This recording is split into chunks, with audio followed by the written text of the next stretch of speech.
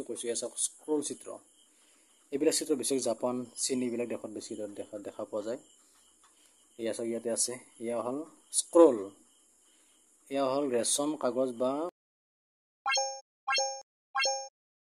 নমস্কাৰ মনোৰঞ্জন, মোৰ চেনেললৈ আপোনাক স্বাগতম জনাইছোঁ। আজিৰ ভিডিঅ'টি বিশেষকৈ ছাত্ৰ ছাত্ৰীসকলৰ বাবে। তেওঁলোকে ছবি আঁকে বা যিসকলে শিকি আছে বা শিকিব বিচাৰে তেওঁলোকৰ কাৰণে এয়া দেখিছেনে শিল্প কলা বিষয়ক হাতপুথি শিল্প ভাষা প্ৰদীপ নাথ।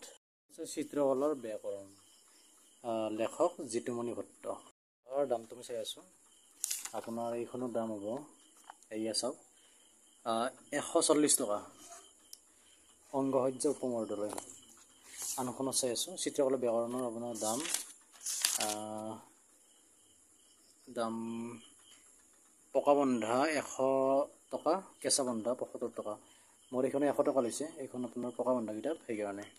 কিতাপ আছিল কিন্তু এতিয়া তাৰে সংস্কৰণ ওলোৱা নাই। সেইখন হৈছে বিশিষ্ট ৰাইটাৰ প্ৰদীপ নাথ ডাঙৰীদেৱৰ চিত্ৰকোষ নামৰ কিতাপখন। সেইখন কিতাপ আজিকালি নাপায় কাৰণ সংস্কৰণ ওলাই নাই। আমাৰ আছিল এতিয়া ছাত্ৰ ছাত্ৰীৰ হাতত, কাৰ হাতত থাকিল গম নাপালোঁ, কিন্তু খবৰ কৰিছোঁ যদি কাৰোবাৰ আছে মোক জনাবচোন, এই ভিডিঅ'টো কমেণ্ট কৰি জনাব। সূচীবদ্ধ চাওক, প্ৰথম অধ্যায় শিল্প, দ্বিতীয় অধ্যায় চিত্ৰকলা ভাস্কৰ্য স্থাপত্য, তৃতীয় অধ্যায় চিত্ৰ জ্যামিতিক পৰিভাষা, চতুৰ্থ অধ্যায় চিত্ৰকলাৰ কাৰিকৰী জ্ঞান, পঞ্চম অধ্যায় গ্ৰাফিক, ষষ্ঠ অধ্যায় চিত্ৰকলাত বাদ বা বৌদ্ধিক আন্দোলন, সপ্তম অধ্যায় প্ৰাচ্য আৰু পাশ্চাত্য ৰীতি, অষ্টম অধ্যায় অসমৰ চিত্ৰকলা স্থাপত্য আৰু ভাস্কৰ্য, নৱম অধ্যায় ভাৰতৰ চিত্ৰকলা স্থাপত্য আৰু ভাস্কৰ্য, দশম অধ্যায় ভাৰতীয় চিত্ৰকলা, একাদশ অধ্যায় কেইগৰাকীমান প্ৰখ্যাত বিদেশী চিত্ৰকলা। আমি আৰম্ভণিতে পাম দুজন ভাৰতীয় চিত্ৰশিল্পীৰ তৈলচিত্ৰ। এইখন চাওক ননী বৰপূজাৰী দেৱৰ তৈলচিত্ৰ। আন এখন আমি দেখিছোঁ মনজিৎ বাবাৰ তৈলচিত্ৰ। তাৰপিছত এয়া চাওক, ইয়াত বিভিন্ন সা সৰঞ্জাম আছে ছবিৰ। তাৰপিছত আমি প্ৰথম অধ্যায় পাম শিল্প। শিল্প ইংৰাজী আৰ্ট শব্দটো আহিছিল লেটিন ভাষাৰ আৰ্টছ বা আৰ্টেম শব্দৰ পৰা। ইয়াৰ অৰ্থ হ'ল সৃষ্টি অৰ্থাৎ ক্ৰিয়েট কৰা। ইউৰোপত কলা শব্দটোক বুজাবলৈ আৰ্ট শব্দৰ প্ৰচলন হৈছিল। মানুহে যেতিয়া মানসিক পৰিতৃপ্তিৰ বাবে মনৰ ভাৱ প্ৰকাশ কৰিবলৈ সুসংযতভাৱে কিবা এটা সৃজন কৰে সেয়ে শিল্প। এই ধৰণে আপোনালোকে লেখাবিলাক পাব। যিসকলে এই ধৰণৰ কিতাপ কিনিব বিচাৰে তেওঁলোকে গুৱাহাটী পাণবজাৰত পাব আৰু নলবাৰীতো হয়তো পাই যাব পাৰে। শিল্পতত্ত্ব, চিত্ৰকলা সম্বন্ধে নানান ভাষাত বহু গ্ৰন্থ লিখা হৈছে। মধ্যযুগৰ ইউৰোপীয় শিল্পীসকলৰ দুই একে আত্মজীৱনীমূলক আখ্যান নিজস্ব ৰীতিৰ আলোচনা কৰিছে। প্ৰাচীন ভাৰতীয় চিত্ৰশিল্প বিষয়ক গ্ৰন্থসমূহ অধিকাংশ কালৰ হাতত হেৰাই গৈছে। এই ধৰণৰ শিল্প শিক্ষা, বিমূৰ্ত শিল্প, এবষ্ট্ৰাক্ট আৰ্টৰ বিভিন্ন আপোনাৰ ভাগ আছে।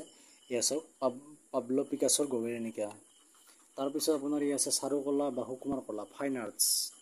মানুহৰ উন্নত আৰু সুন্দৰ তথা সুকুমাৰ বৃত্তিসমূহ যি শিল্পৰ দ্বাৰা প্ৰভাৱিত হয় তাকে আমি সুকুমাৰ কলা বা ইংৰাজীত ফাইন আৰ্টছ বোলোঁ। কাৰুকলা, ক্ৰাফ্ট আৰ্টছ, যি শিল্প মানুহে দৈনন্দিন জীৱনৰ মানসিক বা বৈষয়িক প্ৰয়োজনৰ বাবে সৃষ্টি কৰে তাকে কাৰুকলা বোলে। যেনে কাঁহ পিতলৰ বাচন, মাটিৰ পাত্ৰ, মাটিৰ পুতলা, বাঁহ বেতৰ বিভিন্ন সা সঁজুলি ইত্যাদি। কাৰুকলা আমি উদ্যোগিক শিল্প ইণ্ডাষ্ট্ৰিয়েল আৰ্টছও বুলিব পাৰোঁ।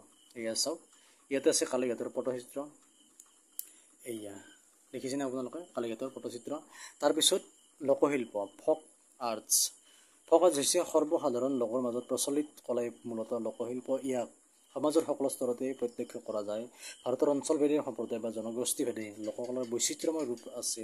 নানান দেৱ দেৱীৰ পদ, আলপনা, মাটিৰ পাত্ৰ, ঘৰৰ বেৰ, কাপোৰ আদিত নক্সা অঁকা চিত্ৰ আদি এই লোকশিল্পৰ অন্যতম চৰিত্ৰ। কালীঘাটৰ পটচিত্ৰ, ৰাজস্থানী মৈথাৰী চিত্ৰ, অসমৰ কুহিলা চিত্ৰ আদি লোকশিল্পৰ নিদৰ্শন। মই আগতে কৈছোঁ যে এই ভিডিঅ'টো বিশেষকৈ ছাত্ৰ ছাত্ৰীসকলৰ কাৰণে, যিসকলে আৰ্ট শিকিব বিচাৰে বা শিকি আছে বা আৰ্ট ভাল পায় তেওঁলোকৰ কাৰণেহে। চাৰুকলা আৰু কাৰুকলাৰ পাৰ্থক্য কি? চাৰুকলা বা চাৰুশিল্প আৰু লোককলা বা লোকশিল্পৰ পাৰ্থক্য। ইয়াতে পাৰ্থক্য দিয়া আছে, আপোনালোকে পঢ়ি চাব পাৰে। ভিডিঅ'টো অলপ স্কিপ নকৰে চাব শেষলৈকে চাব, তেতিয়া শিকিব পাৰিব। দ্বিতীয় অধ্যায়ত চিত্ৰকলা, ভাস্কৰ্য, স্থাপত্য এনেকৈ চাওক। এয়া প্ৰাচীন যুগৰ এয়া বিভিন্ন শিল্প চাওক, চিত্ৰশিল্প। এয়া চিত্ৰকলা কি? ৰং আৰু ৰেখাৰ সহায়ত মানুহে যেতিয়া নিজৰ শিল্পী মনৰ ভাৱ প্ৰকাশ কৰে সেয়া চিত্ৰকলাৰ ৰূপ লয়। তাৰপিছত এয়া চাওক, ইয়াত এটা মূৰ্তি, ভাস্কৰ্য, এই ভাস্কৰ্য বুলি কয়। এয়া আন এটা চাওক ভাস্কৰ্য। আকৃতি চাওক, এইখিনি মানুহৰ আকৃতি, আৰু এইখিনি আপোনাৰ এটা জগ জাৰিলতাৰ আকৃতি। আছে আপোনাৰ চিত্ৰ আৰু ভাস্কৰ্যৰ পাৰ্থক্য। চিত্ৰ অঁকা হয় প্ৰধানত সমতল মাধ্যমত আৰু ৰং তুলিকা চিত্ৰৰ অন্যতম উপকৰণ। ভাস্কৰ্য নিৰ্মাণ কৰা হয় কঠিন পদাৰ্থ যেনে শিল, কাঠ, ধাতু, গ্লাছ, মম, চিমেণ্ট আদিৰে। এয়া চাওক, ইয়াতে লিখা আছে, পঢ়িব পাৰিব। এয়া প্ৰাচীন যুগৰ বিভিন্ন এয়া চিত্ৰ চাওক কি সুন্দৰকৈ বনাইছিল। এই ধৰণৰ চিত্ৰবিলাক আমি দেখিবলৈ পাওঁ। এয়া চাওক পাশ্চাত্য ৰিলিফ, পশ্চিমীয়া দেশৰ এইবিলাক ৰিলিফ বুলি কয়। ৱালত যেনেকৈ খোদিত কৰিছিল এইবিলাক ৰিলিফ পেইণ্টিং বুলি কয়। ৰিলিফ হৈছে কাঠ, শিল, ধাতু বা অন্য পদাৰ্থৰ গাত যি আলংকাৰিক দৃশ্য কটা হয় তাকে ৰিলিফ বোলে। ৰিলিফ নক্সা কটাৰ ফলত চিত্ৰপটৰ গাত খলাবমৰ সৃষ্টি হয়। ৰিলিফ কম দকৈ কাটিলে নিম্ন ৰিলিফ আৰু বেছি দকৈ কাটিলে উচ্চ ৰিলিফ বহে। এয়া চাওক, এইখন কিতাপ কিনিলে নিশ্চয় সকলোখিনি পঢ়িব পাৰিব ছাত্ৰ ছাত্ৰীসকলে। ৰিলিফ আৰু ভাস্কৰ্যৰ পাৰ্থক্য। এয়া চাওক পাৰ্থক্য। তাৰপিছত এইটো হৈছে সাঁচীৰ স্তূপ, নেপালৰ অৱস্থিত কাঠমাণ্ডুত সাঁচীৰ বৌদ্ধ স্তূপ। স্থাপত্য প্ৰাসাদ, মন্দিৰ, গীৰ্জা, মছজিদ, সমাধি, স্মৃতিসৌধ, স্তূপ, সৌধ, বিজয়স্তম্ভ, দুৰ্গ, প্ৰেক্ষাগৃহ আদি স্থাপত্যৰ উদাহৰণ। এইবিলাক স্থাপত্য বুলি কয়। এয়ে চাওক, যিসকলে ছবি অঁকা মানুহবিলাক জানে, ছাত্ৰ ছাত্ৰী হওক বা শিল্পী হওক, তেওঁলোকে জানে। কিন্তু ছবি অঁকাটো ডাঙৰ কথা নহয়, কিন্তু এইবিলাক জানিব লাগিব। যিবিলাক থিয়ৰী জ্ঞানটো লাগিব। প্ৰেক্টিকেলৰ লগতে থিয়ৰী জ্ঞানটো থকাটো বাধ্যতামূলক, জৰুৰী। মিছৰৰ পিৰামিড চাওক কি সুন্দৰভাৱে বনাইছিল সেই সময়ত। তাৰপিছত চিত্ৰৰ জ্যামিতিক পৰিভাষা। যেতিয়া এজন ছাত্ৰ বা ছাত্ৰী আৰম্ভণিতে আৰ্ট স্কুলত এডমিশ্যন লয়, তেতিয়া তেওঁলোকক এই ধৰণৰ ৰেখা, তিনিকোণীয়া, চাৰিকোণীয়া, ত্ৰিভুজ, চতুৰ্ভুজ, এই ধৰণে বিভিন্ন বৰ্গক্ষেত্ৰ হওক, আয়তক্ষেত্ৰ হওক, বৃত্ত, বহুভুজ এইবিলাক আঁকিব দিয়া হয়। কাৰণ তেওঁলোকৰ ছবি অঁকা যিটো ধাৰণা, কনচেপ্টটো তেওঁলোকৰ ক্লিয়াৰ হয় আৰু তেওঁলোকে অতি সহজভাৱে আঁকিব পাৰে। চিত্ৰকলাৰ কাৰিকৰী জ্ঞান। চিত্ৰত ৰঙৰ ব্যৱহাৰ।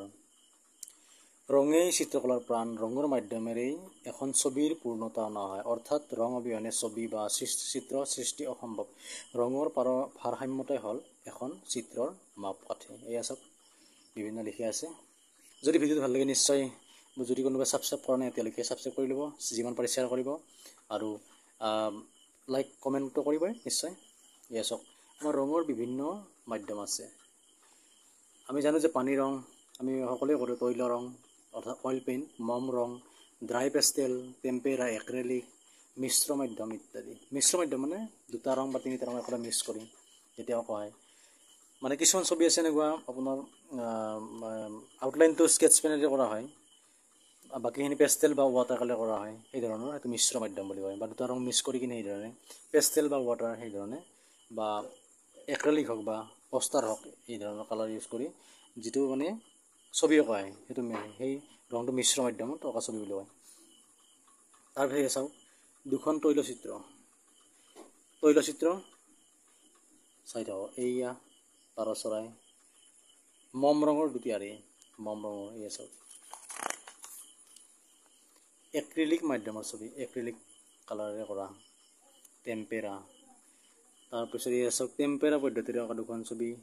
তাৰপিছত আছে আপোনাৰ এই ধৰণৰ মিশ্ৰ মাধ্যমেৰে অঁকা হৈছে এই দুখন ছবি। চাওক মিশ্ৰ মাধ্যম কৈ আছোঁ। মিশ্ৰ মাধ্যম হ'ল চিত্ৰপটত বিভিন্ন ৰঙৰ ব্যৱহাৰ, অৰ্থাৎ একেখন ছবিতে একেলগে বিভিন্ন ৰঙৰ মাধ্যম প্ৰয়োগ কৰিব পাৰি, যেনে অইল, কলাছ, পানী ৰং, পেষ্টেল আদি একেলগে প্ৰয়োগ কৰি চিত্ৰ অঁকা। এইবিধ হৈছে আধুনিক চিত্ৰশৈলীৰ নৱতম সংযোজন। কিতাপখন ভিডিঅ'টো বহুত দীঘল হৈ যাব, তথাপি চমুকৈ কিছু কৈছোঁ। এয়া চাওক স্ক্ৰল চিত্ৰ। এইবিলাক চিত্ৰ বেছিকৈ জাপান, চীন এইবিলাক দেশত বেছি দেখা পোৱা যায়। এয়া চাওক ইয়াতে আছে, এয়া হ'ল স্ক্ৰল।